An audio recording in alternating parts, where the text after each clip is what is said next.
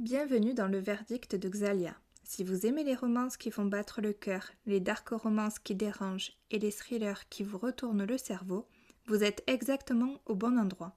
Ici, je lis tout, j'analyse tout et je tranche. Foncez ou passez votre tour, le verdict commence maintenant. Aujourd'hui, on va parler d'un phénomène que tous les lecteurs connaissent. Ces personnages masculins qui restent dans nos têtes bien après avoir fermé un livre. Ceux qu'on appelle souvent les book boyfriends. Et soyons honnêtes, certains lecteurs peuvent presque devenir obsédés par eux. On les compare, on en parle, on les défend, et parfois même on juge un livre entier à partir de son personnage masculin. Mais pourquoi ? Pourquoi certains héros deviennent iconiques alors que d'autres pourtant très similaires sur le papier tombent complètement à plat ? La première chose à comprendre, c'est qu'un bon personnage masculin ne suffit pas. Un personnage peut être beau, puissant, mystérieux, et pourtant totalement oubliable. Pourquoi ? Parce que ce qui crée l'attachement chez les lecteurs, ce n'est pas seulement ce qu'un personnage est, c'est ce qu'il révèle au fil de l'histoire. Un personnage masculin devient mémorable quand il possède une contradiction, une faille, une évolution. Sans ça, il reste un simple archétype. Un élément très important dans les romances et les romantésies, c'est ce qu'on pourrait appeler le charisme narratif. Certains personnages ont une présence incroyable sur la page. Pas forcément parce qu'ils sont parfaits, mais parce qu'ils ont une énergie particulière. Ils peuvent être sarcastiques, froids, protecteurs, provocateurs, mais chaque interaction avec eux crée de la tension. Et cette tension est extrêmement addictive pour les lecteurs. Un autre élément clé, la vulnérabilité. Un personnage masculin qui semble invincible au début de l'histoire peut attirer l'attention.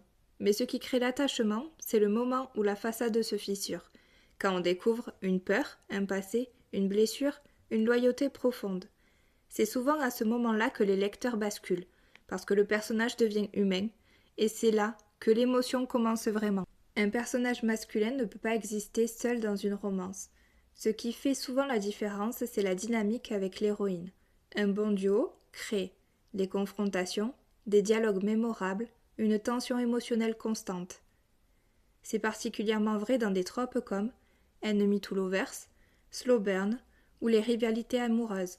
La relation devient presque un jeu d'équilibre, et quand cet équilibre est bien écrit, les lecteurs deviennent complètement investis. Mais il faut aussi être honnête, tous les personnages masculins ne sont pas réussis. Certains livres utilisent les mêmes archétypes encore et encore. Le bad boy mystérieux, l'homme froid mais protecteur, le milliardaire arrogant. Et parfois, ces archétypes fonctionnent, mais parfois ils deviennent simplement des clichés. Un personnage masculin devient mémorable seulement quand l'autrice va au-delà du trope, quand elle ajoute de la nuance, des contradictions et une vraie évolution. Il y a aussi un aspect très personnel dans tout ça. Certains lecteurs aiment les héros sombres, d'autres préfèrent les personnages plus doux, certains adorent les dynamiques de pouvoir.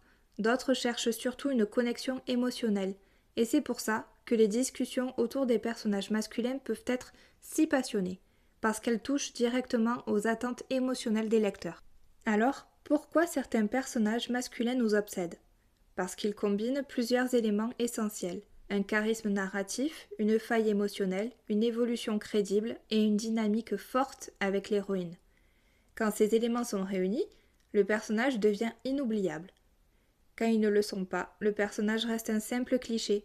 Et dans un genre aussi émotionnel que la romance, cette différence est énorme. Et voilà pour le verdict du jour. Si cet épisode vous a aidé à choisir votre prochaine lecture, pensez à vous abonner pour ne manquer aucun verdict. Votre temps de lecture est précieux, je vous aide à ne pas le gaspiller. À très vite pour un nouveau verdict.